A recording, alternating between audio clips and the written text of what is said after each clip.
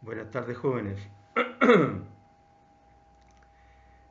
Vamos a proseguir entonces con el estudio de nuestra materia dentro de la teoría de la reacción social y la teoría de la pena. Y siempre hay que empezar, creo yo, recordando la última parte, ¿no es cierto?, de la clase anterior. Entonces, en la clase presencial que tuvimos la última, estuvimos hablando al final, ¿no es cierto?, del caso fortuito. Antes habíamos hablado de la concausalidad y antes del delito preterintencional.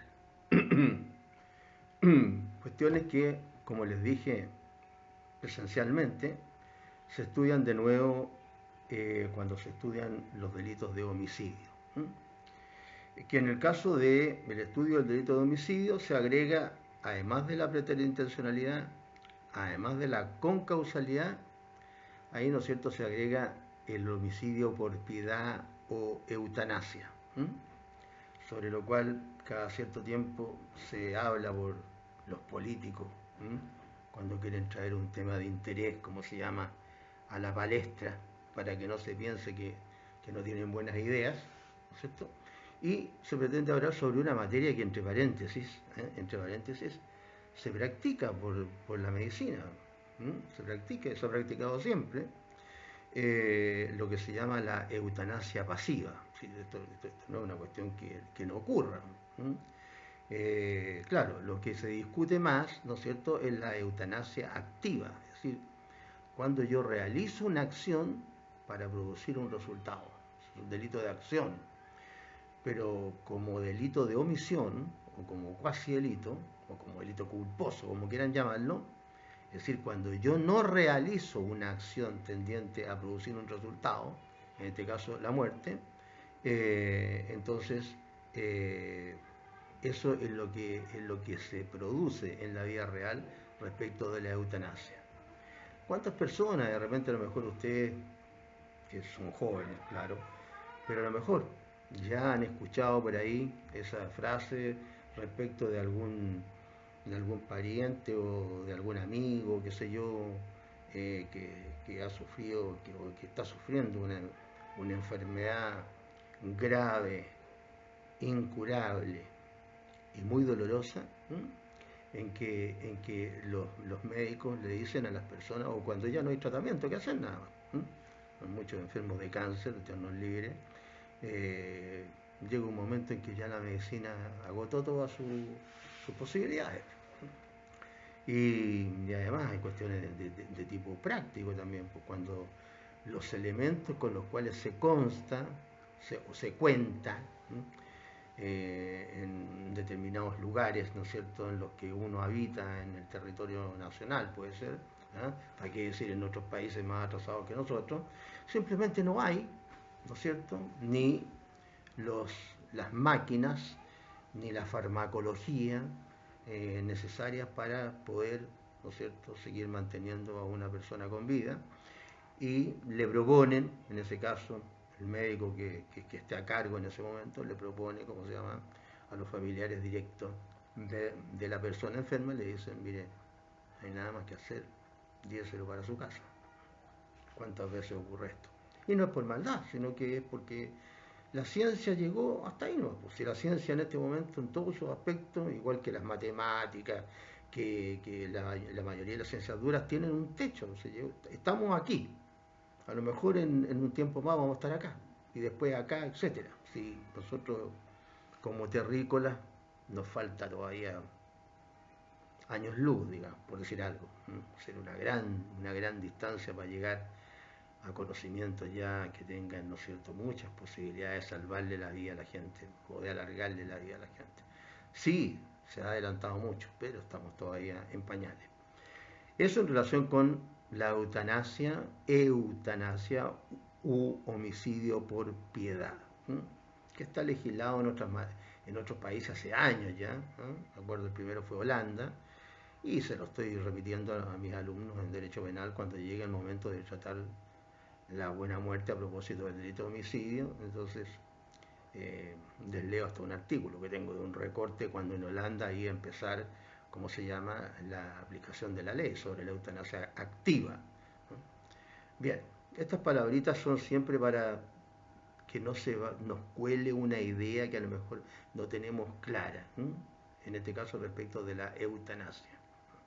Bien, entonces habíamos nosotros terminado de estudiar el caso fortuito, como dije, respecto del delito preterintencional, de la concausalidad y en relación con el caso fortuito, y lo más importante que había que tener absolutamente claro era de que el caso fortuito se distinguía, ¿no es cierto?, de las dos anteriores, ¿eh?, en la imprevisibilidad de las consecuencias dañosas del acto voluntario. ¿Por qué? Porque cuando estas consecuencias del acto voluntario son imprevisibles, y digamos lo mejor, absolutamente imprevisibles, diría yo, porque si no se transformaría, si eran previsibles ya estaríamos hablando de culpa, ¿no es cierto? Así que cuando son absolutamente imprevisibles, entonces en ese caso, ¿no es cierto?, estaríamos en presencia de un caso fortuito. Y ahí habíamos hablado del caso fortuito en relación con el derecho civil, el Código Civil tiene como se llama descrito el caso fortuito, así que resulta más fácil para la aplicación, ¿no es cierto?, del derecho civil. Claro, las consecuencias civiles son no de menor importancia, porque en el derecho no sé si habrá algo de más o menor importancia, sino que desde el punto de vista de los bienes jurídicos, evidentemente que no es lo mismo desde el punto de vista del derecho criminal que estudiamos nosotros, o derecho penal, en donde uno se expone, ¿no es cierto?, se infringe la ley penal a sufrir una privación, ¿no es cierto?, del bien más preciado que hay después de la vida, que es la libertad personal. Entonces, aquí nos encontramos en el caso fortuito ante un evento absolutamente imprevisible. Digamos un temblor fuerte, un terremoto, ¿no es cierto?, y que uno no haya tomado las precauciones para que los que dependen de uno no se mueran, ¿no es cierto? O como se llama, que ocurra una inundación, se rompe una represa, ¿no es cierto?, y las personas a las que uno andaba trayendo, ¿no es cierto?, mueren porque la arrastra el agua, etcétera, etcétera, ¿eh? O sea, un evento absolutamente imprevisible. Entonces, ¿en dónde se encuentra la línea demarcatoria entre la culpa y el caso fortuito? Precisamente ahí, en la previsión de las consecuencias dañosas del acto voluntario. Y también señalamos que el Código Penal nuestro se refiere al caso fortuito de una manera indirecta, ¿eh?, en el caso del artículo 10, número 8, que señala, aquí tengo el Código Penal, que señala el que con ocasión de ejecutar un acto lícito con la debida diligencia causa un mal por mero accidente. Es decir, el sujeto quería realizar un acto lícito y con la debida diligencia, pero causa un mal por mero accidente. Entonces ahí nosotros tenemos de manera indirecta, ¿no es cierto?, no definido, sino que aludido dentro de las causales de responsabilidad criminal el caso fortuito. Y como un eximente, justamente. Yo quiero realizar un acto lícito, lo hago con la debida diligencia y provoco, ¿no es cierto?, un mal, entendido siempre la palabra mal, o generalmente por nuestro código, de una manera muy amplia. Es decir, menoscabo o pongo en peligro o lesiono directamente un bien jurídico de los que protege el derecho penal. En ese sentido está considerada generalmente la palabra mal. Bien. Y terminamos hablando, como se llama, de que cuáles eran los elementos de los cuales constaba el caso fortuito, ya digamos, que se derivan, ¿no es cierto?, prácticamente de lo que señala esta exención de responsabilidad criminal, una conducta inicial lícita, en segundo lugar que se realice con la debida diligencia, y en tercer lugar que el mal sobrevenga por mero accidente, o sea, que sea imprevisible, y que surja sin dolo ni culpa, ni culpa,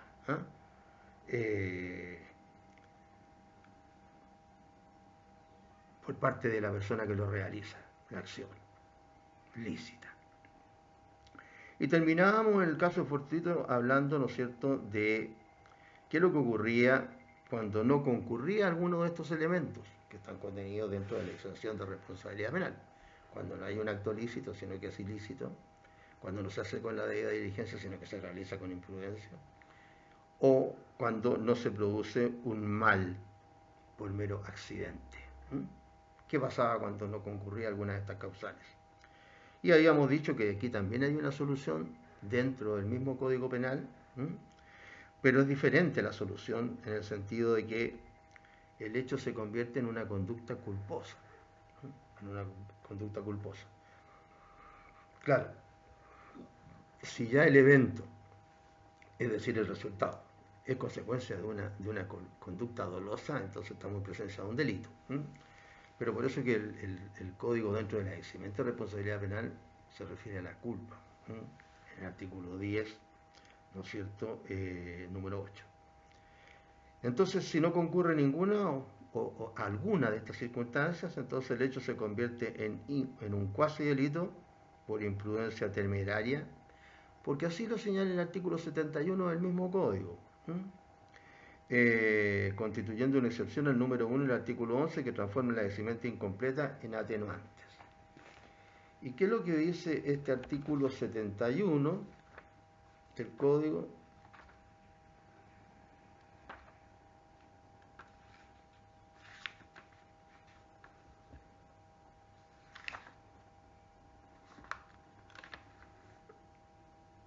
Dice, cuando no concurran todos los requisitos que se exigen en el caso del número 8 del artículo 10 para eximir de responsabilidad, se observará lo dispuesto en el artículo 490, y en ese artículo 490 se legisla respecto de los cuasi delitos contra las personas.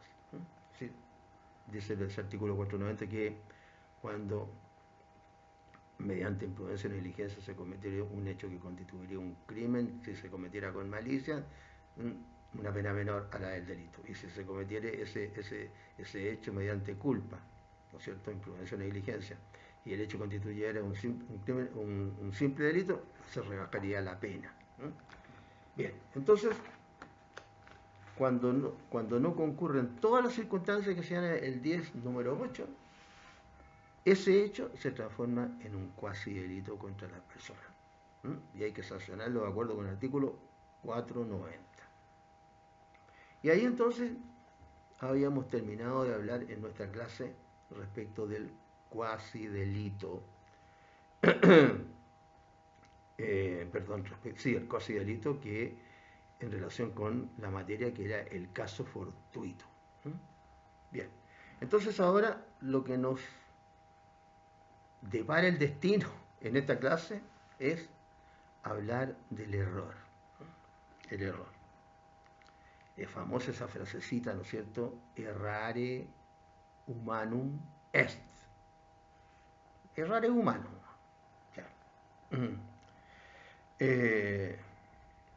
¿En qué, cómo se llama, o mejor dicho, en qué circunstancias, siempre estamos con nuestros apuntitos acá que tenemos también en la clase, ¿no? Esta minutita. Acá a cada instante nos encontramos en la vida contingente nuestra ante la posibilidad de vernos afectados por una falsa idea de la realidad. Tenemos una falsa idea de la realidad. Sea porque no conocemos todos sus elementos, no conocemos los elementos de la realidad, entonces ahí nos encontraríamos en una situación de ignorancia, o porque conociendo los elementos de esa realidad, los conocemos mal. Y entonces ahí hablamos de error. Si no son cosas distintas, sino que son apreciaciones distintas de un mismo hecho. En un primer caso, ¿no es cierto?, no conocemos nada de la realidad que estamos viviendo, y entonces en ese caso estamos en presencia de la ignorancia, no tenemos idea qué es lo que está pasando. En el otro caso, nosotros conocemos algo, es decir, algunos de los elementos de esa realidad, o los conocemos todos, pero los conocemos mal. Yo creo que siempre trato de poner algún ejemplo que se me viene a la cabeza. Para hablar sobre esto, yo lo utilizo en esta materia y también cuando hablamos respecto de los testigos. De los testigos. ¿Y por qué respecto de los testigos? Porque el código nuestro sanciona al testigo que previo juramento legal miente, o sea, falsea sus dichos ante la autoridad judicial, es decir, ante un juez, que sería el delito de falso testimonio, ¿no es cierto? O cuando falsea la realidad, ¿no es cierto?, ante una autoridad cualquiera. Por ejemplo, yo declaro como testigo en una investigación que está llevando adelante a la Cámara de Diputados, o presto una declaración como testigo ante una investigación por delito tributario o contravención tributaria al Código Tributario que está llevando, ¿no es cierto?, el director regional del Servicio de Impuestos Internos, que actúa como tribunal de primera instancia, ¿no es cierto?, pero es un tribunal administrativo, ¿no es cierto?, en materia tributaria. Es decir, estoy hablando de dos jueces que no son jueces de la justicia ordinaria. Cuando yo presto una declaración falsa bajo juramento, falsa voluntariamente, ¿no es cierto?, voluntaria y conscientemente, ante un juez ordinario, estoy cometiendo el delito de falso testimonio. Cuando yo presto una declaración falsa ante una autoridad que no sea alguna autoridad judicial, sino que alguna autoridad administrativa, por ejemplo, en el caso del director regional del Servicio de Impuestos Internos, o del director nacional del Servicio de Impuestos Internos, autoridad administrativa, o cuando presto una declaración ante, ¿no es cierto?, la comisión respectiva de la ¿cómo se llama?, de la Cámara de Diputados, que ahí no es una autoridad administrativa, es una autoridad legislativa, pero no judicial. En esos casos estoy cometiendo el delito de perjurio. Ahí está la diferencia entre el falso testimonio y el perjurio, se lo explico de antemano. La gran diferencia, hay otras, pero de menor importancia. Es decir, lo que las hace comunes es falsear la realidad en forma consciente y voluntaria al prestar la declaración previo juramento. Lo que las distingue es la autoridad ante la cual yo presto la declaración. En un caso falso testimonio, si la presto ante un juez, declaración falsa ante un juez. En un caso perjurio, se prestó la declaración falsa ante una autoridad, diferente de la judicial. Claro, ¿no? Bien, entonces todo esto a propósito del error, ¿no es cierto? No conocer para nada la realidad, ignorancia, o conocer algunos aspectos de la realidad y apreciarlos mal. Y como les decía entonces, el ejemplo en materia de falsedad testimonial es el siguiente. Es la declaración falsa que puede prestar un ciego o una persona que tiene carencias a la vista o que se encuentra en una situación que lo hacen apreciar mal la realidad. ¿Cuál sería el ejemplo? Una persona que va a declarar como testigo respecto de la luz que tenía el semáforo en el momento en que ocurrió el choque, que la persona dice que él vio el semáforo al ocurrir el choque.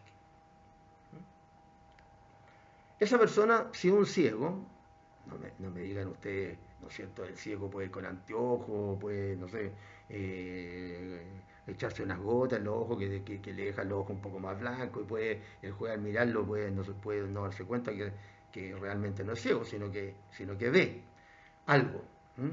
No es ciego. ¿M? Eso es lo que quiero decir. O simplemente el juez, ¿cómo se llama? Deja que esté con los anteojos, le cree que es ciego. En ese caso, el ciego, ¿no es cierto? A menos que alguien esté repitiendo al lado, que tampoco lo va a ver él por su sentido de la vista, no puede ver qué luz era la que tenía el semáforo al momento en que se produjo el choque. Bien simple. Pero puede ocurrir que alguien tenga algún tipo de enfermedad a la vista. La enfermedad a la vista, sobre todo cuando uno es viejo, son muchas. Las más comunes son, ¿no es cierto?, la miopía y el astigmatismo.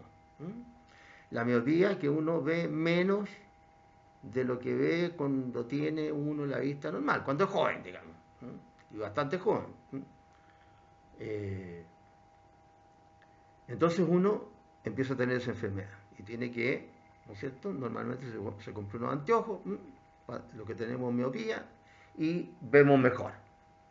El astigmatismo significa que no se fija bien la imagen. La imagen como que se agranda o se achica, etc. También hay anteojos para eso. Bien, entonces evidentemente que esa persona, dependiendo de las circunstancias también del momento, etcétera, etcétera, a lo mejor iba conversando, etcétera, y a lo mejor le pareció que la realidad era una, ¿no es cierto?, cuando en realidad cuando en verdad, para no repetir la palabra, cuando en verdad la realidad era otra. Y también puede ser que la persona, no estamos hablando del que falsea la realidad de frentón, o sea, maliciosamente, que comete el delito de falso testimonio, sino que estamos hablando del que aprecia la realidad de manera distinta, aunque él cree que la está apreciando bien. La persona, de acuerdo con las circunstancias, o por padecer de una enfermedad, por ejemplo, una enfermedad que todo el mundo ha escuchado hablar de ella normalmente, que es una enfermedad que se llama daltonismo, que confunde los colores, básicamente el rojo con el verde. Entonces, por ejemplo, esa persona podría sufrir de esa enfermedad y a lo mejor no haberse dado bien cuenta o saberlo y callarse, etc. Y a lo mejor cree que esa persona que tiene esa enfermedad estaba viendo verde cuando en realidad estaba rojo, o que estaba viendo rojo cuando en realidad estaba verde. Y también puede suceder que de acuerdo con las circunstancias en que la persona se encontraba, creyó que estaba viendo verde cuando en realidad estaba rojo. No quiero poner entre medio el amarillo porque serían muchas cosas, ya, ¿no es cierto? Pero digo, ahí hay una diferenciación de uno ver porque no se puede absolutamente ver, o ver mal porque se padece de algún tipo de enfermedad que lo hace ver mal. Pero también puede que uno esté distraído y en el momento haya mirado, pero a lo mejor no haya mirado bien. O también puede ocurrir que otras circunstancias, ¿no es cierto?, no estar distraído, sino que la ubicación que tiene uno en relación al semáforo, ¿no es cierto?, son demostrativas de que yo no pude ver incluso la luz que tenía en ese momento el semáforo.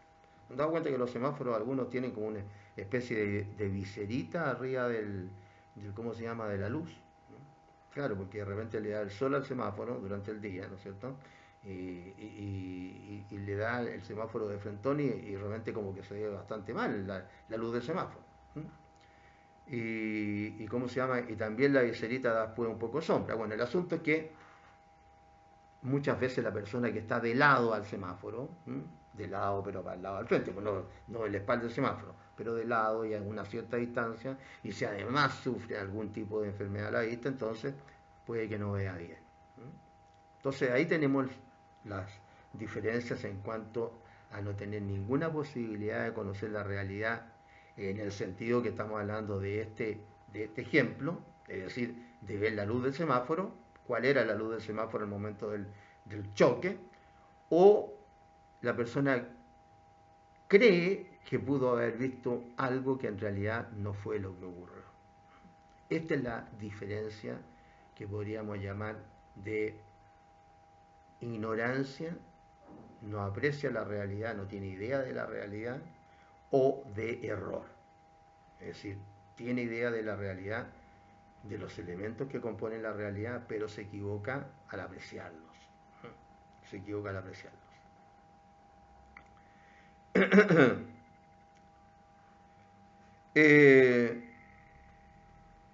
Entonces, en estos dos casos hay diferencia en lo que a nosotros en el derecho nos interesa, es decir, en los aspectos jurídicos, que son los efectos jurídicos que llamamos, ¿no es cierto?, los que estudiamos derecho. La función del error, por un lado, y de la ignorancia, por la otra, es impedir el nacimiento de la culpabilidad, por lo que constituye una causal de justificación. Claro, nos equivocamos, ¿no es cierto? Por eso que incluso cuando se trata del error de tipo, ¿no es cierto?, del error de tipo que se llama ahora, antes se llamaba del error esencial, del error de tipo, en el caso de la apreciación de la edad en una persona, cuando la edad es uno de los elementos constitutivos del tipo penal, entonces en ese caso el error, ¿no es cierto?, de tipo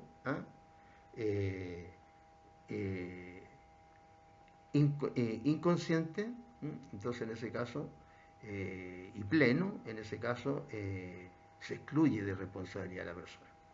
Siempre se coloca el ejemplo de la violación en el caso de una menor de edad, de una mujer menor de edad, menor de 14 actualmente.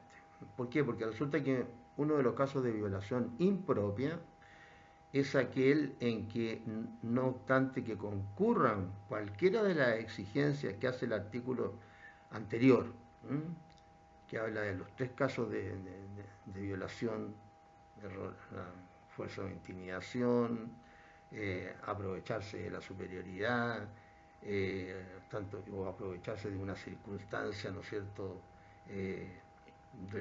de hecho del momento. En todos aquellos casos en que, aunque no concurra, o concurriendo cualquiera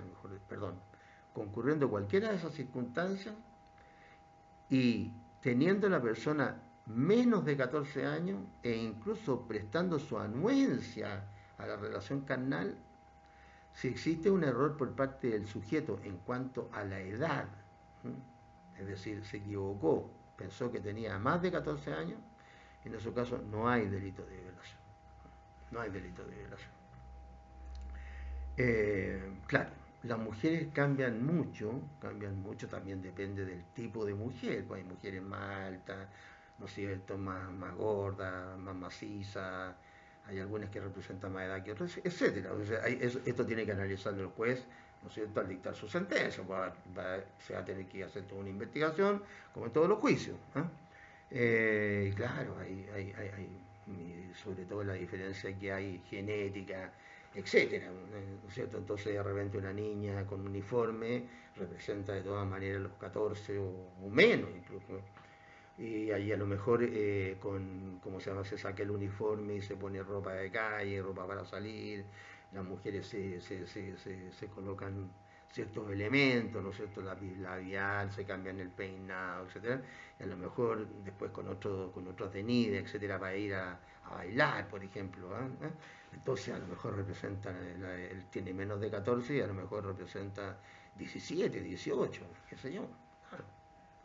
Entonces, claro, también tiene que comprobarse que el tipo efectivamente hay error, hay error, una apreciación, ¿no es cierto?, de la realidad de manera errónea. Entonces ahí no habría violación, aunque la persona, como digo, esté de acuerdo en la relación carnal. Bien, entonces eso es lo que la función del error y de la ignorancia en materia de culpabilidad. Impide que la culpabilidad nazca.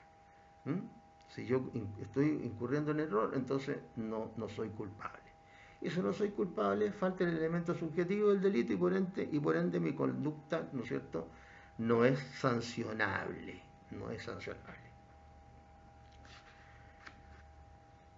Tenemos claro entonces la relación entre ignorancia y error. En los dos casos, ¿no es cierto?, hay o una falta de apreciación completa de la realidad o apreciación de la realidad, pero errónea. Errónea, es decir, malentendida. En un caso ignorancia, en el otro error. Entonces ahora, aquí en nuestro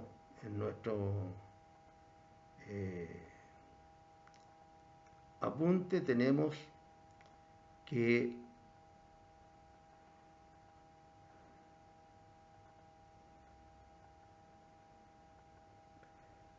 la clasificación del error.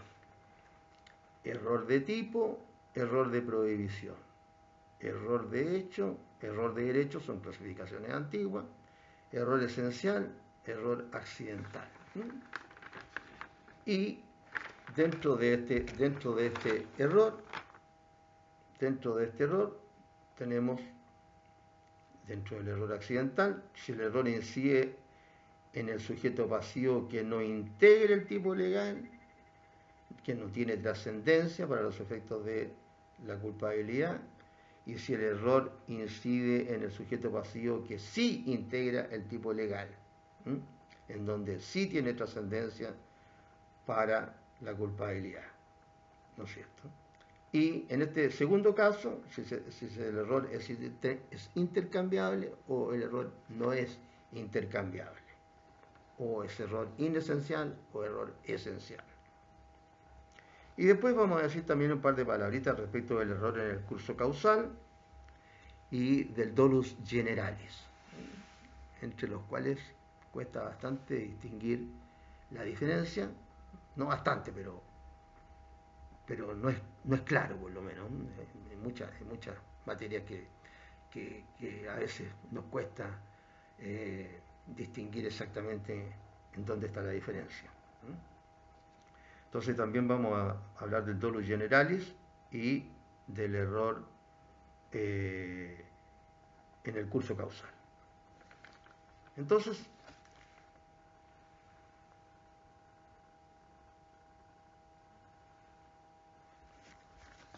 en relación con la clasificación del error. En primer lugar, el error de tipo y el error de prohibición. El error de tipo ocurre cuando recae sobre un elemento integrante del tipo legal. Sobre un elemento integrante del hecho típico. Mientras que el error de prohibición recae sobre la licitud o la ilicitud de la conducta. Por ejemplo, en el caso del error de tipo, que recae sobre un elemento integrante del tipo legal, el que les colocaba. En el caso, ¿no es cierto?, de la sanción del delito de violación, en el caso de uno de los casos de violación impropia, que es la violación de un menor de 14 años, en este caso, si hay error sobre la edad, o sea, la persona creía que tenía más de 14, si creía que tenía menos de 14, ahí no, si creía que tenía más de 14, pero tenía menos de 14, entonces la edad es un elemento integrante del tipo penal. Entonces hay un error, ¿no es cierto?, sobre ese elemento del tipo, no es delito. Mientras que el error de prohibición recae sobre la licitud o la ilicitud de la conducta. Es decir, de la conducta, es decir, de la acción. No nos olvidemos que cuando hablamos de conducta estamos hablando de una serie de acciones, pero siempre a la final es la acción. Es lo mismo que cuando hablamos del resultado, ahí también tiene sinónimo. Resultado, el sujeto con su acción persigue tal resultado o persigue tal evento, etc. O sea, hay varios sinónimos que quieren decir resultado. Con lo mismo con conducta, con acción, comportamiento, etcétera. Va a depender del número, ¿no es cierto?, de acciones que se realicen, tanto en cantidad como en el tiempo. Bien, teniendo claro entonces que el error de tipo recae sobre un elemento integrante del tipo legal, se distinguen, también ahí hay una subclasificación, que es la que habla de auténtico error de tipo excluyente del dolo, y la que habla de error de tipo al revés en perjuicio del agente.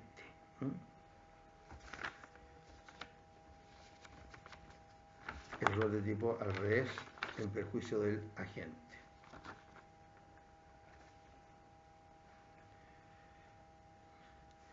¿En qué consiste el primer caso? El auténtico error de tipo excluyente del dolo. ¿Cuándo tiene lugar este caso? Tiene lugar cuando el agente se representa su acción como dirigida a causar un resultado atípico. Es decir, la persona realiza una acción tendiente a causar un resultado no delictivo, atípico. Y a consecuencia del error se produce un resultado típico. Es decir, la persona, ¿no es cierto?, cuando empezábamos, creo, a hablar en el derecho penal de la acción, poníamos el ejemplo de sacar una pera, ¿no es cierto? Una pera. Ya. Entonces, el caso de la pera, ahí lo hablábamos respecto de la explicación del dolo o la culpa, ¿no es cierto?, o de la acción misma. Si yo saco la pera de mi árbol que está en mi propiedad, ¿no es cierto?, no cometo delito, pues es un hecho más de la vida contingente, de la vida, ¿no es cierto?, de la conciencia vigil, que se llama. Es un hecho de lo que estamos viviendo. Pero si me equivoco porque están las ramas del árbol del vecino del lado, pasás para el mío y están como juntas las ramas, por decirlo de alguna manera, y saco una pera del árbol del vecino del lado, ¿no es cierto? Entonces ahí estoy sacando una pera que no es mía, y me la como, o la vendo, qué sé yo. Entonces, yo me representé, ¿no es cierto?, un resultado atípico. Quería regalar la pera a un pariente que me vino a ver, o las peras, qué sé yo, que me vino a ver, o quería comérmela, o tenía ganas de comer peras que estaban tan ricas, qué sé yo. Yo realicé esa acción pensando que estaba realizando un resultado atípico, causando, mejor dicho, un resultado atípico. Pero a consecuencia del error produje un resultado típico. Es decir, lo que hice fue cometer un hurto, sin entrar a averiguar si es que hubo dolo, porque a lo mejor pues coloqué una escalerita para agarrar la pera, qué sé yo, y me apoyé en la garanda del lado, pasé la mano al lado, bueno. Es decir, quería causar un evento, un resultado atípico, no delictivo, y causé uno típico, no delictivo. Esa es una situación, en este auténtico error de tipo excluyente del dolo. O cuando habiéndome representado la acción como dirigida a producir un determinado resultado típico, o sea, yo quería causar un delito, causó otro más grave que aquel. Causó otro más grave que aquel. Yo, por ejemplo, el delito preterintencional, ¿no es cierto? Claro, en ese caso habría un error que no excluiría el dolo, así que no estaría muy bien el ejemplo. Pero quiero, como se llama, salvar a una guaguita que de repente empezó a llorar y todos creímos que, como se llama, todos creímos que sufría de algo en ese momento la guaguita, empezó a llorar muy fuerte, qué sé yo.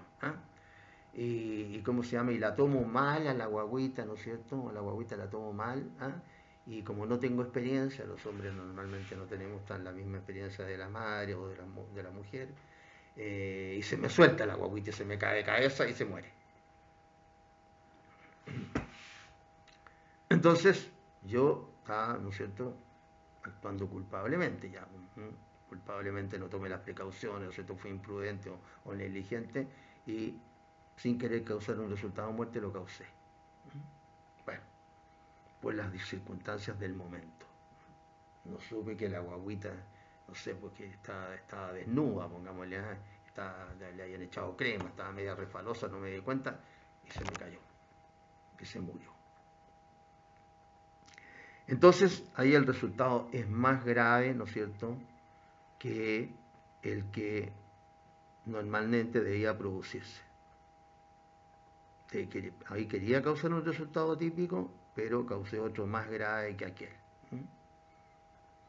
Incluso en el ejemplo que le estoy poniendo ni siquiera quería causar un resultado típico. Digamos que, no sé, como el caso, mejor sería todavía el caso de, es que todos los ejemplos se prestan para discusión. El caso que ha salido en algunas películas, por ejemplo, también con niños menores, de cuando una familia judía está escondida y entran a revisar, están escondidas en un lugar secreto, como puede ser lo que ocurrió con el diario de Ana Frank, la vida de Ana Frank. Estuvieron esos judíos escondidos 3 años en un apartamento que no se notaba. Bueno, supongamos que en un lugar así viene la policía secreta, ¿no es cierto? La SS de los nazis, y una guagua comienza a llorar.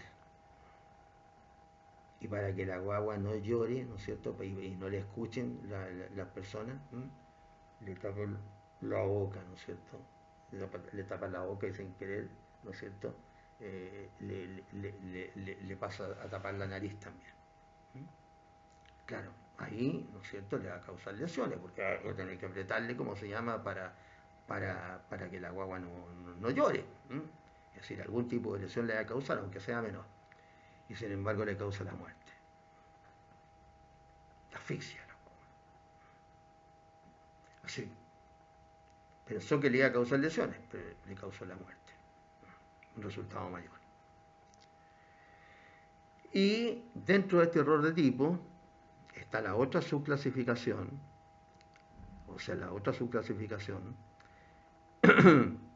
que es el error de tipo al revés en perjuicio del agente, que ocurre cuando el agente se representa su acción como dirigida a un resultado típico y a raíz de su error dicho resultado no se produce. Por ejemplo, quiere matar a alguien, ¿no es cierto?, y le dispara de, no sé, de unos 5 metros, cerca, pero no sabía que la pistola era con balas a fogueo, por ejemplo.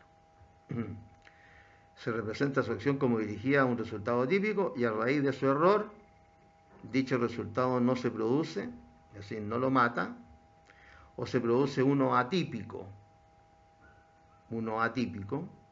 es decir, no sancionado, que vendría para este ejemplo hacer lo mismo, o uno típico de menor gravedad. Digamos, cambiamos el elemento a fogueo por un balín de goma. Entonces, sí, dispara, pero le causa, ¿no es cierto?, un resultado de menor gravedad, típico. Le causa unas lesiones. Así que ahí está la clasificación del error de tipo, que es aquel que recae sobre un elemento integrante del hecho típico. ¿Cuál elemento integrante? La edad en el caso de la violación que yo le puse.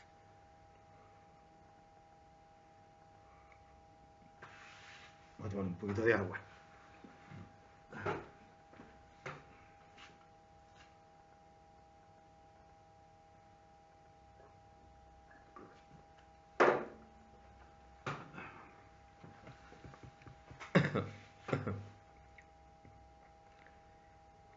Y ese error de tipo entonces se subclasifica en auténtico error de tipo excluyente del dolo o error de tipo al revés en perjuicio del agente. Y después en el error de provisión ocurre que el error recae sobre la licitud o ilicitud de la conducta. Es decir, yo, ¿no es cierto?, me equivoco en cuanto a la apreciación de la conducta en un plano jurídico, digamos. Es decir, yo pienso que la conducta es ilícita cuando es lícita o viceversa. Y la realizo esa conducta. Entonces, ahí tengo un error sobre aquello. El caso de esas bañistas extranjeras que les conté hace tiempo, que empezaron a tomar el sol sacándose la parte de arriba del traje de baño. Ellas pensaban que, como era lícito hacerlo en Europa, por la mayoría de las personas, de las mujeres, en este caso, podían hacerlo en Chile. Y en Chile, ¿no es cierto?, no estaba permitido. Bueno, el delito de ultraje a las costumbres todavía sigue igual, así que en teoría todavía podrían llevarlas detenidas, como ocurrió en su momento. Claro, después le irán a dar la libertad, seguramente. Es decir, se piensa que una conducta, en ese caso, es lícita cuando en realidad en Chile es ilícita. Estamos hablando de licitud o ilicitud del punto de vista penal. Bien. Otra clasificación del error, clasificaciones más tradicionales, la clasificación en error de hecho y error de derecho. Error de hecho tiene lugar cuando el error recae sobre los, como su nombre mismo lo indica, sobre los hechos que constituyen el tipo legal o sus circunstancias accesorias o accidentales. El error de hecho. Es decir, no importa si las circunstancias son esenciales o no, lo que importa es que el error recaiga sobre elementos de hecho, tanto de las que constituyen el tipo legal o de las que son accesorias o accidentales. Y el error de derecho tiene lugar cuando el objeto sobre el cual el error recae es una norma legal o un precepto jurídico. Un precepto jurídico, que vendría a ser lo mismo, ¿no es cierto? Porque al hablar de norma legal nos estamos refiriendo solamente a la ley. Y al hablar de un precepto jurídico nos estamos refiriendo a algo más que la ley, que podría ser superior o inferior a la ley. Bueno, esa es la idea. En el caso del error de hecho, repito, el error recae sobre los hechos que integran el tipo legal. Sean estos, ¿no es cierto?, los esenciales o las circunstancias accesorias o accidentales. Mientras que el error de derecho, cuando el error recae sobre el objeto, mejor dicho, cuando el objeto sobre el cual recae el error es una norma legal o un precepto jurídico.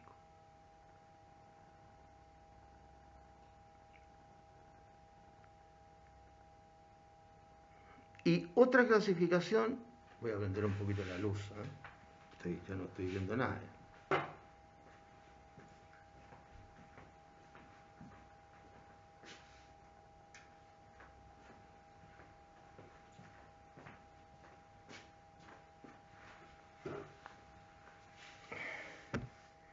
Y otra clasificación es aquella que distingue entre error esencial y error accidental. Esta tiene ¿cómo se llama? Sobre esta siempre se habla más, sobre esta clasificación. Error esencial es aquel error que recae sobre uno o más de los elementos requeridos por la ley para la existencia del delito o sobre la antijuridicidad de la conducta. mientras que el error accidental recae sobre elementos accesorios del tipo penal que no alteran en forma alguna la intención criminal. En un caso, ¿no es cierto?, recae sobre elementos que la ley requiere para que exista el tipo legal. Vuelvo al mismo ejemplo, que creo que se entiende bien, de la edad en el delito ese de violación impropia del menor hombre o mujer de 14 años. Bueno, llegado el momento voy a tener que explicar, ¿no es cierto? Bueno, eso es Derecho Penal 2, pero las modificaciones que se hicieron en el año 99 y el 2004, creo que en el semestre pasado en algún momento me refería a ello, en esas modificaciones se cambió el sujeto pasivo. No se cambió, sino que se amplió el sujeto pasivo. Antes habían algún tipo de delitos sexuales que solamente iban en contra de la mujer y ahora es además también en contra del hombre. No solamente se amplió el sujeto pasivo, sino que se amplió también los lugares por donde puede existir acceso carnal. Ahora el acceso carnal puede ocurrir no solamente en la época que se hablaba de la violación de la mujer, era solamente por la vagina, como ahora se incorpora también como sujeto pasivo al hombre, los hombres no tenemos vagina, entonces sí tenemos ano, entonces, y boca. Entonces ahora no solamente se trata de que el sujeto pasivo es el hombre y la mujer, sino que los lugares por los cuales se puede violar son, ¿no es cierto?, la vagina, la boca o el ano. Bueno, eso se va a explicar mejor cuando se hable de los delitos sexuales. En su momento, que ni siquiera corresponde a este curso, pero se lo adelanto para que vayan teniendo ustedes una idea. Entonces, acá, en el error esencial, en que recae sobre uno más de los elementos requeridos por la ley para que exista el delito, o respecto a la antijuridicidad del delito. Mientras que el error accidental recae sobre elementos accesorios, que no forman parte alguna de la intención criminal. Por ejemplo, si la intención mía es cometer homicidio y logro mi propósito, para que se consume el delito de homicidio, no importa si yo envenené a la persona, le pegué 2 balazos, le pegué 10 cuchilladas, o la tiré no sé, de la azotea, o la atropellé con el auto intencionalmente, etc. Es decir, ahí es irrelevante, ¿no es cierto?, el elemento con el cual yo logré mi propósito, mi resultado. Entonces vamos a hablar de este error accidental, de este que no representa, ¿no es cierto?, no altera en forma alguna la intención criminal. Y aquí es donde se habla en este error accidental, es donde se habla del error en la persona o en el objeto, y del error en el golpe, que también se lo señala como en la fórmula latina, que es del aberratio ictus. Se escribe aberratio, pero en latín se pronuncia aberratio ictus. Entonces, 2 palabritas respecto de cada uno de ellos. El error en la persona o en el objeto, según que el error recaiga en la identidad de la persona o en la identidad del objeto. A quiere matar a B, pero mata a C, a quien confunde con B. Claro, A quiere matar a Juan, pero mata a Pedro, al que confunde con Juan. Pero cometió un homicidio. Pues la intención era cometer el homicidio. Entonces, ese error accidental, ¿no es cierto?, sobre una circunstancia accidental o accesoria del tipo legal, no tiene mayor incidencia respecto de la culpabilidad. Y después está el error en el golpe o aberratio ictus. Esto es error en el golpe, extravío en el golpe, error o extravío en el acto mismo. Cuando el sujeto se equivoca en el curso causal que previó seguiría su acción. Que previó seguiría su acción. Se equivoca en el curso causal.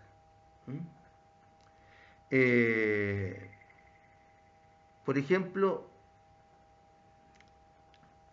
A quiere matar a B y le dispara a B, pero cuando le está disparando ladró un perro o sintió una bocina o qué sé yo, que movió, digamos, el rifle o la pistola o lo que sea, y disparó y no le dio al sujeto al cual le disparó, sino que le dio un vidrio.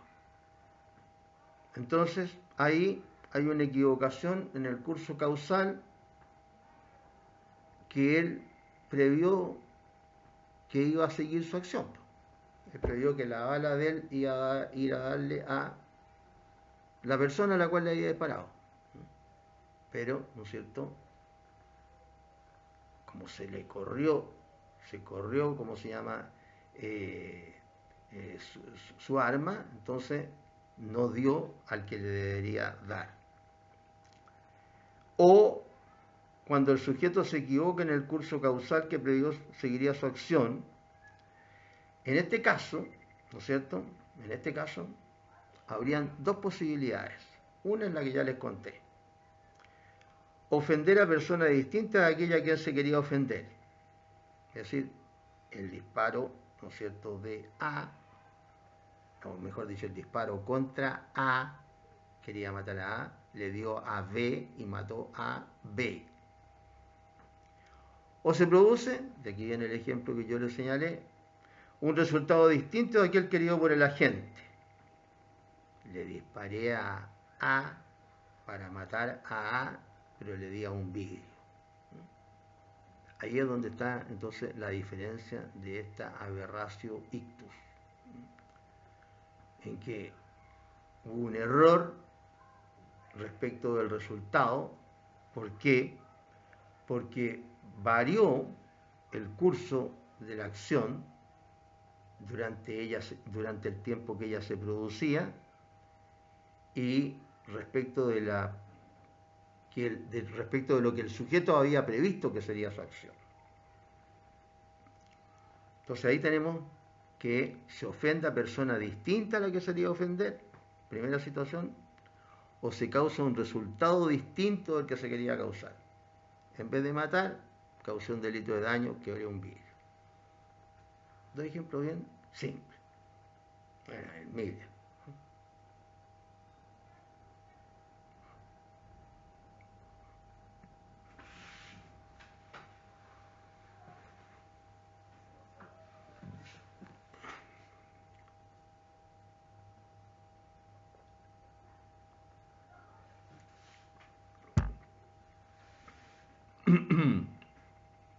Aquí hay que señalar que la persona como norma general no integra el tipo penal, de lo que se concluye que si el error incide en la persona del sujeto pasivo, como no integra el tipo penal, no tiene trascendencia. El caso del robo o del hurto, por ejemplo. Supongamos el robo denominado por sorpresa, que para algunos es hurto, etc. Es un hurto, pero se sanciona como robo, pero no importa eso. En el caso del robo del hurto, lo que hay es una apropiación de cosa ajena, sin o contra la voluntad de su dueño y con ánimo de lucro. Si hay violencia o intimidación en las personas o fuerza en las cosas, esa apropiación de cosa mueble ajena sin o contra la voluntad del dueño y con ánimo de lucro, se denomina hurto si no hay violencia ni intimidación en las personas ni fuerza de las cosas, y se denomina robo si es que la hay. Entonces, en los dos casos, ¿no es cierto?, hay apropiación de cosa mueble ajena sin o contra la voluntad del dueño con ánimo de lucro. Entonces, si el error acá incide en la persona del sujeto pasivo, en estos casos en que la persona, es decir, el sujeto pasivo, no integre el tipo legal, no importa, como el caso del hurto, ¿no es cierto?, o del robo, que es lo que estoy diciendo, en ese caso, no interesa, ¿no es cierto?, no tiene trascendencia. Si no interesa, no tiene trascendencia. Pero, si la persona es el objeto material de la acción, como en el homicidio, lesiones o violación, debe considerarse dos situaciones. Dos situaciones. Si es intercambiable esa persona, si es intercambiable sería inesencial, o sea, no esencial. Y si no es intercambiable sería esencial. Como cuando la gente quiere matar a su padre y mata a un tercero.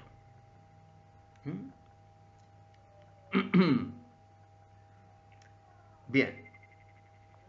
Entonces, en el primer caso, cuando el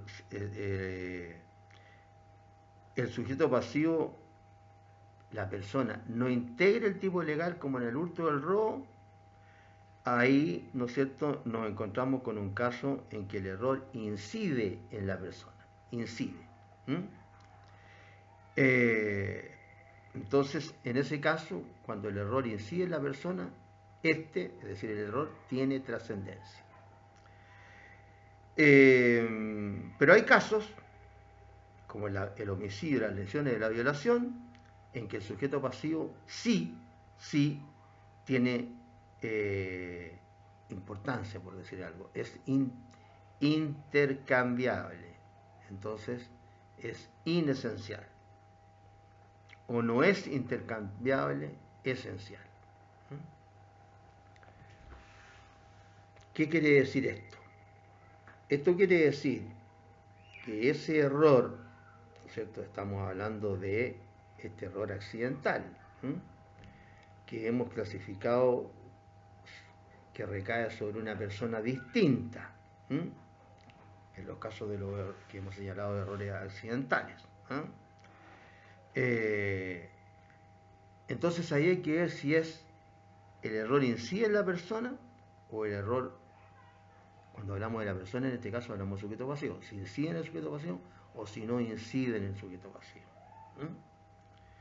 Y ahí está la diferencia de si yo, cuando incide en el sujeto pasivo, ahí está la diferencia en si yo quiero matar a mi padre y cometo un error y mato a mi madre. En ese caso, ¿no es cierto?, el sujeto pasivo siempre está dentro de los sujetos pasivos que son constitutivos de parricidio. Entonces, en los dos casos cometo parricidio.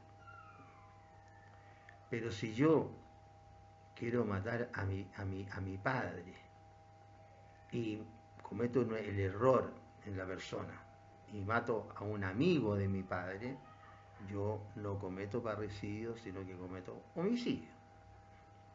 Ahí está la diferencia entre del sujeto pasivo, que exige el tipo legal.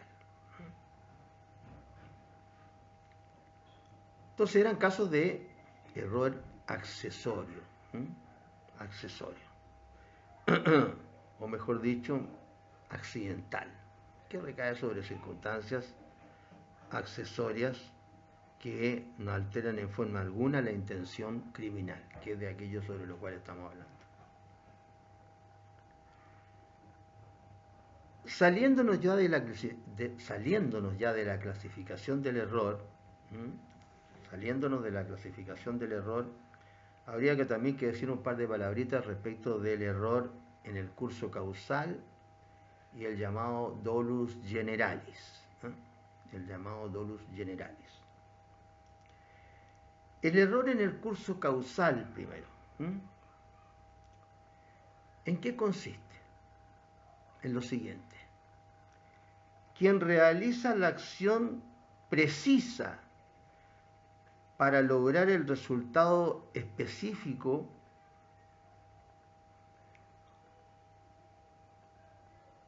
por consecuencia produce por otra vía distinta a esa vía precisa que usó,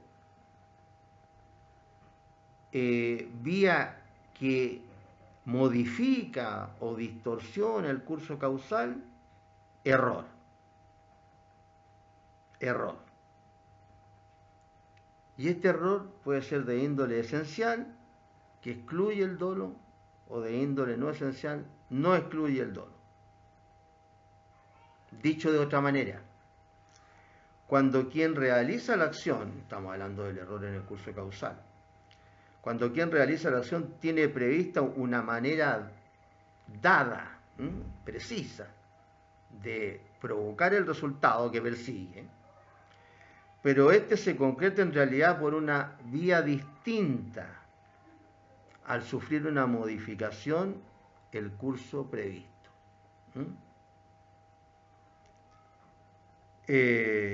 Entonces acá lo que ocurren son errores de índole esencial y errores de índole no esencial. Y para apreciar estos errores de índole esencial o de índole no esencial, habría que hacer presente que para el derecho penal, a fin de que considere estas desviaciones en el curso causal, es necesario que sean de cierta importancia, no cualquier desviación. Es decir, si yo quiero ahogar a una persona echándole agua por la boca, lo amarro y le empiezo a echar agua por la boca, algún líquido por la boca. Da lo mismo si lo ahogo, ¿no es cierto?, echándole Coca-Cola, o pap, o Bills. ¿Entiendes? Ese tipo, ¿no es cierto?, de error es de índole inesencial o no esencial. Es decir, los errores tienen que tener, para estos efectos del error en el curso causal, los errores tienen que tener una cierta importancia, una mínima importancia. No pasar desapercibido, digamos, no tener ninguna importancia. Entonces, estamos hablando del error en el curso causal, en donde quien realiza la acción tiene prevista una manera dada de alcanzar el resultado que quiere lograr, pero este se concreta en la realidad por una vía distinta al sufrir una modificación en el curso causal. O sea, la vía que yo utilicé para causar el resultado se distorsiona y el resultado se produce pero por una vía distinta. Vía distinta de alguna importancia. Entonces, este error de índole esencial, cuando conforme a la representación del sujeto, el efecto quedaba fuera de aquello que está en el ámbito de posibilidades de su acción. Su error excluye al dolo. Su error excluye al dolo. Y de índole no esencial, como por ejemplo aquel que quiere provocar la muerte por inmersión, pero al arrojar a la víctima, ésta se pega con una viga del puente. Claro, quería tirarle al agua para que se ahogara desde un puente, ¿no es cierto? Y la tira al agua para que se ahogara, pero justo hay no sé, pues si un puente chileno, a lo mejor había un pedazo de tabla en el medio del puente, algo se pegó en la cabeza y murió por una conmoción cerebral antes de llegar al agua, o justo entrando al agua, qué sé yo. O una persona que creía que estaba usando un cierto tóxico para matar, envenenar, y estaba usando en realidad otro, porque no era químico, qué sé yo, no conocía bien los medicamentos. Se dice que quien creía que usaba cianuro para matar y en realidad estaba usando arsénico. Ahora, yo como no soy químico, en realidad no conozco bien la diferencia de los efectos que provoca uno y otro, porque para mí los dos son letales. Son letales.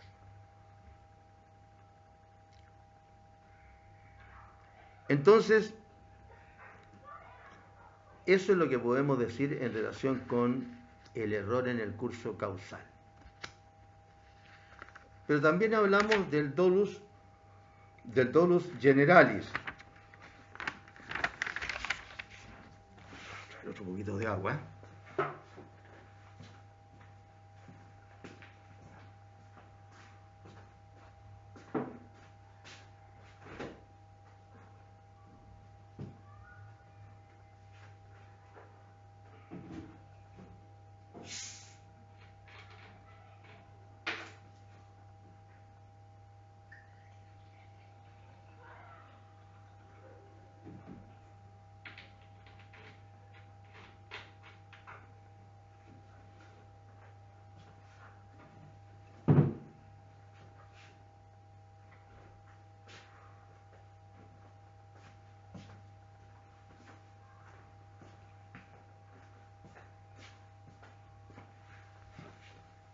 También hablamos del dolus generalis.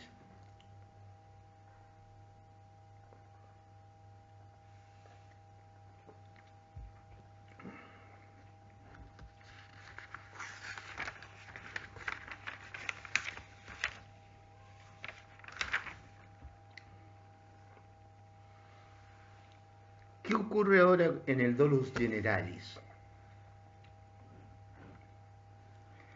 En el dolus generalis se trata de aquel sujeto que realiza varias acciones para lograr el resultado.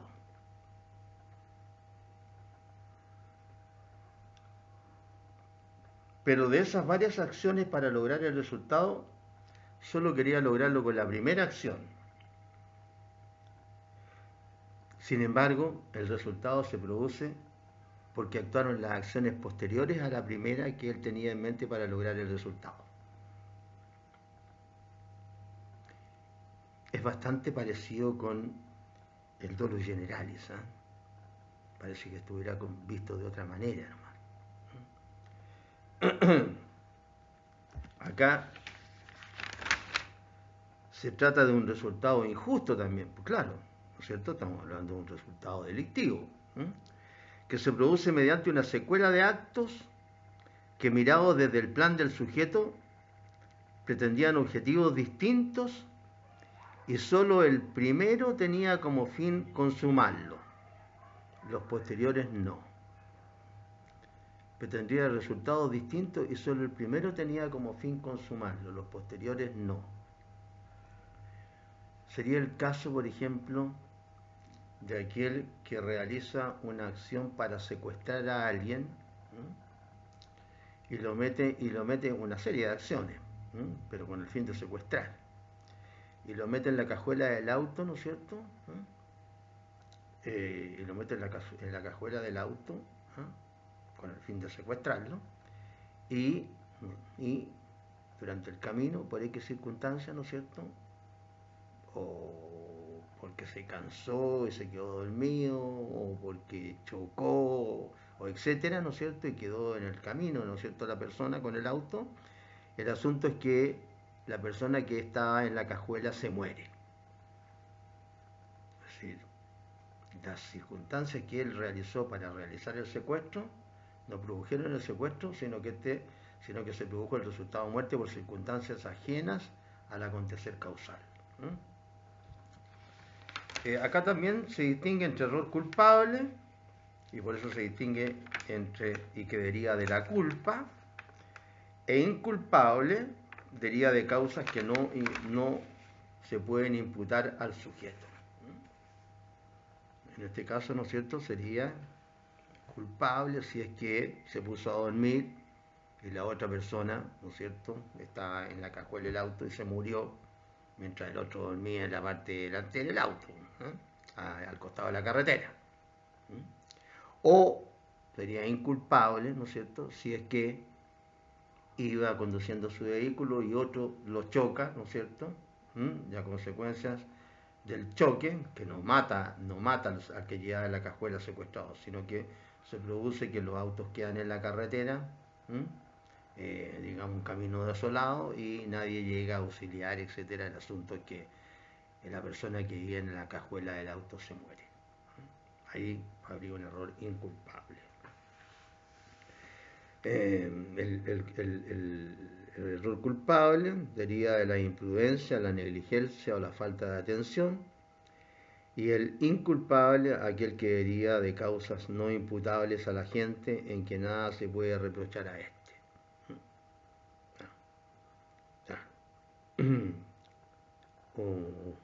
O que el que venía, pues, ¿no es cierto?, manejando su auto con la persona que había secuestrado en la cajuela y lo choca a otro por detrás, ¿no es cierto? Y el secuestro se transforma en una muerte. Y hay en el caso del código nuestro hay un delito de secuestro con resultado de muerte. Ahora, el error siempre excluye la culpabilidad. Acá se dice que el error de derecho no excluye la culpabilidad, mientras que el error de hecho la excluye cuando es esencial e inculpable. Esencial, que recae sobre los elementos esenciales que integran el tipo legal o la antijuridicidad, si lo vemos de un punto de vista de la clasificación entre error esencial, o que recae sobre elementos que integran el tipo penal, si hablamos del error de tipo.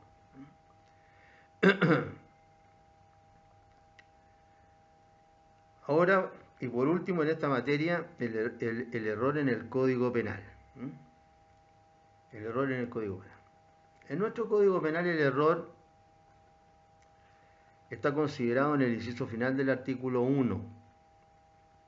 ¿Qué dice este inciso final?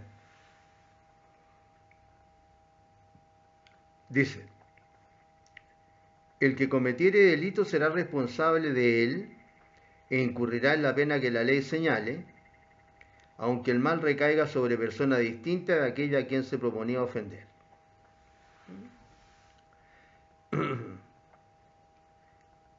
Sigue. En tal caso no se tomará en consideración las circunstancias no conocidas por el delincuente que agravarían su responsabilidad, pero sí aquellas que la atenúan. El primer acápite: el que cometiere delito será responsable de él e incurrirá en la pena que le señala la ley, aunque el mal recaiga sobre persona distinta a quien se proponía ofender. Aunque el mal recaiga de persona distinta de aquella a quien se proponía ofender. En este caso se alude a un error de hecho accidental, al error en la persona. Se está aludiendo entonces al error sobre la identidad de la persona, ¿no es cierto? Se está aludiendo a la aberratio ictus. Mientras que el segundo acápite: en tal caso no se tomará en consideración las circunstancias no conocidas por el delincuente que agravarían su responsabilidad, pero sí a aquellas que la atenúen. Aquí se está aludiendo a las circunstancias que atenúan o agravan la responsabilidad criminal, como lo dice este artículo tan claramente, y señala que las agravantes no se consideran, pero sí se consideran las atenuantes. Alguien se propone matar al padre y comete parricidio, y por error mata a un extraño y comete homicidio, viceversa. Es decir, circunstancias que atenúan o agravan la responsabilidad señala que las agravantes no se consideran. Es decir, si alguien se proponía matar al padre y mata a un extraño, ¿no es cierto?, se va a producir homicidio y no parricidio. Es decir, un homicidio que tiene pena menor. Ahora, y por último, en este capítulo, hay otras figuras que se vinculan con el error, ¿m? Otras instituciones, otros conceptos, ¿no es cierto?, que se vinculan con el error. ¿Y cuáles son? El delito putativo y el delito imposible. ¿Cuál es el delito putativo? ¿En qué consiste el delito putativo? El hecho jurídicamente lícito, ¿qué es el delito putativo? El hecho jurídicamente lícito cometido bajo la condición de ser delictivo. Es decir, se realiza una acción jurídicamente lícita con la idea de que es delictiva.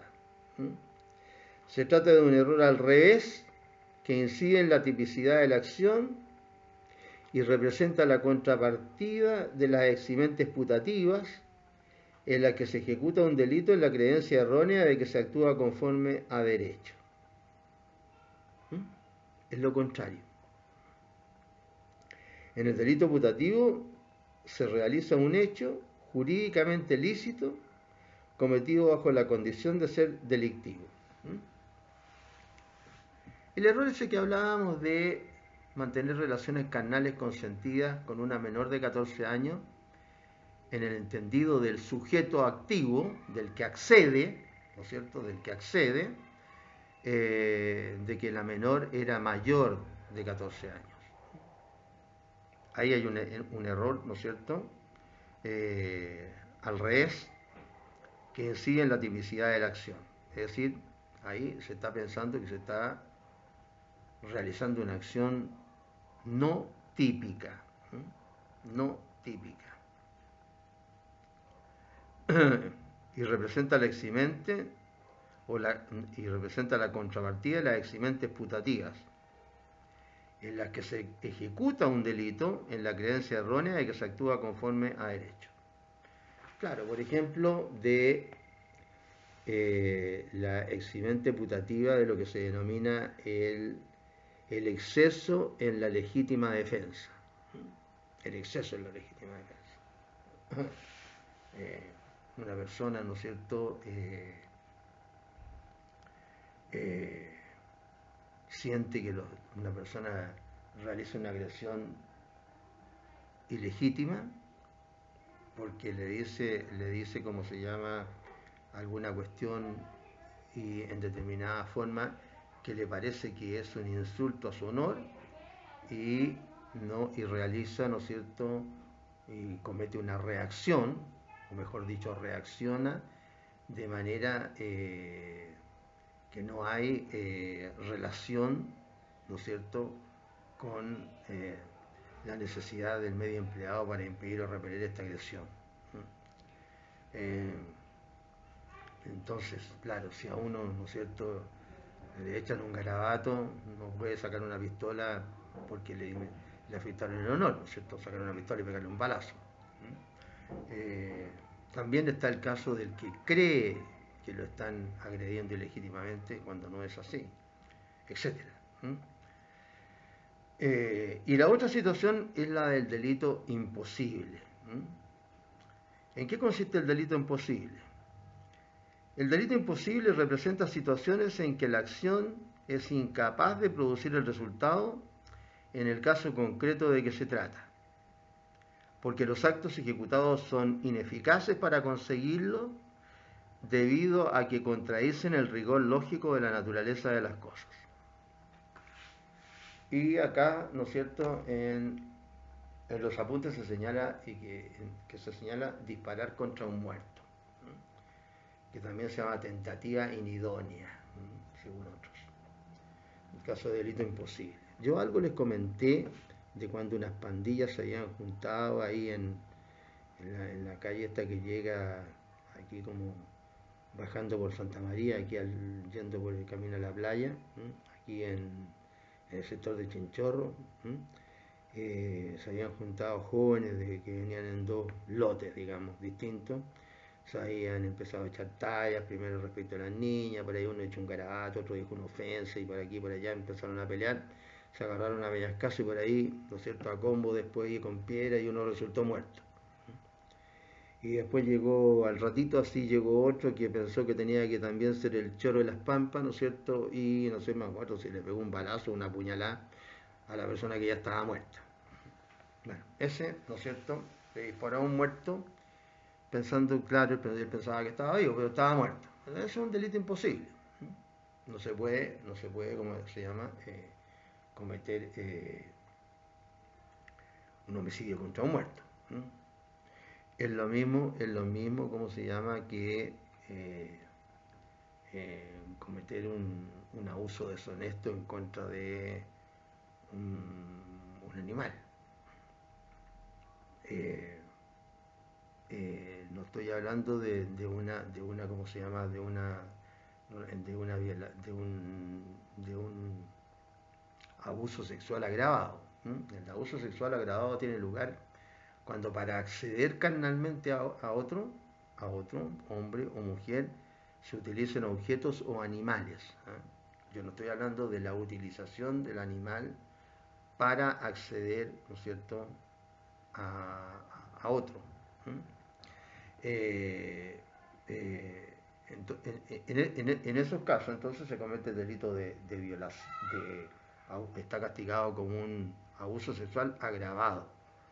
Este delito se crea, entre paréntesis, para dejar contento a los que reprochaban que en ninguna de las dos modificaciones a los delitos sexuales que se había hecho se había sancionado la homosexualidad femenina. Creo que se lo manifesté ya en algún momento. Entonces como sí, no se sanciona, de hecho, la homosexualidad femenina porque no hay acceso. Porque el acceso carnal solamente se puede producir por el miembro viril,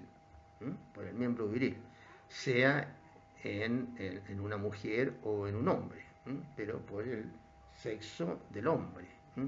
Eso es acceso, no hay acceso de otra manera. Eso es acceso.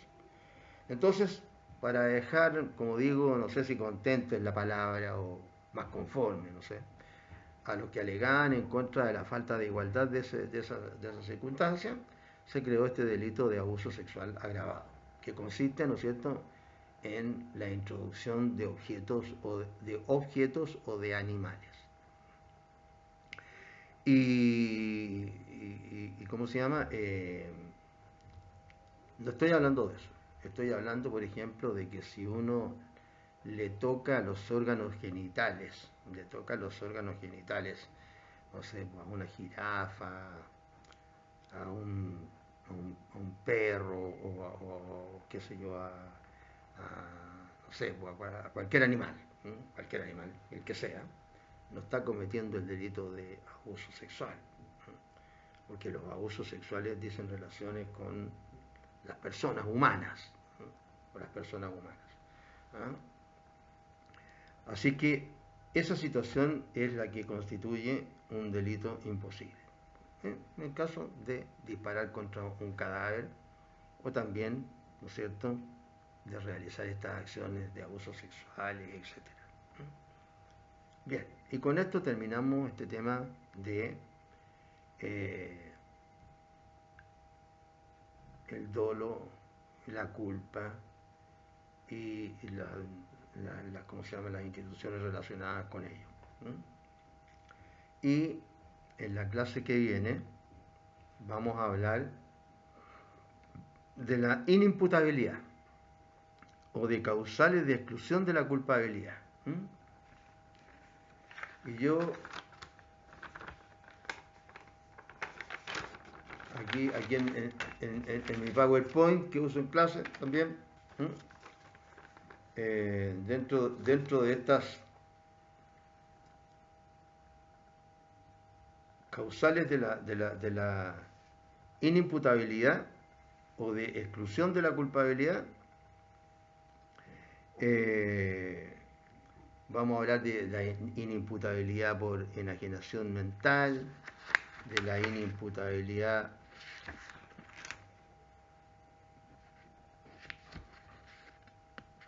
disminuida por enajenación mental, Vamos a hablar de la embriaguez y el alcoholismo crónico. Vamos a hablar de la sordomudez. Vamos a hablar de los estados emocionales. Y vamos a hablar de la inimputabilidad de los menores. Y respecto de la vejez también vamos a decir algunas palabras. Vamos a hablar también de la inexigibilidad por violencia moral. Vamos a hablar del miedo y de algunas otras emociones.